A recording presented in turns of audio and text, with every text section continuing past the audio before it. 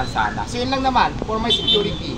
Pero sabi ko, sige kuya, umalis na lang kayo, susunod sana naman, wag ganun.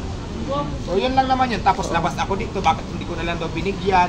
Wala naman problema kung nang hingi, di ba? Tapos kaya ko din naman, pero hindi naman siyempre tulad na sinasabi ko, ako talaga, pag nakakaluwag-luwag ako may sobra, lahat ng lumalapit sa akin, hindi naman lahat.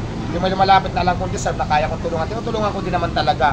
Pero napapansin ko ngayon talaga, negosyante po ako, hindi po charity. Yung iba pag hindi mo napagbigyan, napagbigyan mo isa nagagalit. Kasi araw-araw na lang po, ang dami-daming po pupunta ng tulong. Ay, hindi naman po ako mayaman. Nag-umpisa pa lang tayo, nagtitinda lang po ako ng Paris. Kaya minsan, sinasabi ko sa kanila, may mga government naman tayo na pwede hinga ng tulong na in charge talaga para dyan.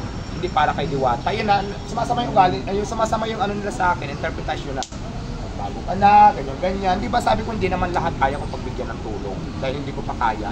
Nagtitinda lang ako ng Paris. Sa pasahod pa nga lang ng tao, medyo minsan sablay kasi sa dami ng tao ko. Iyan lang naman yung tinta ko, magkano ang pinapasahod ng mga tao ko. Plus yung mga iba pang expenses, di ba? So mahirap din mag-manage, mahirap din mag-manage. Nakikita nyo lang siguro na maraming kumakain, pero kung susumahin yung maigi, hindi po ganun kalaki yung kita ko. Sobrang pagod lang. Yan lang naman.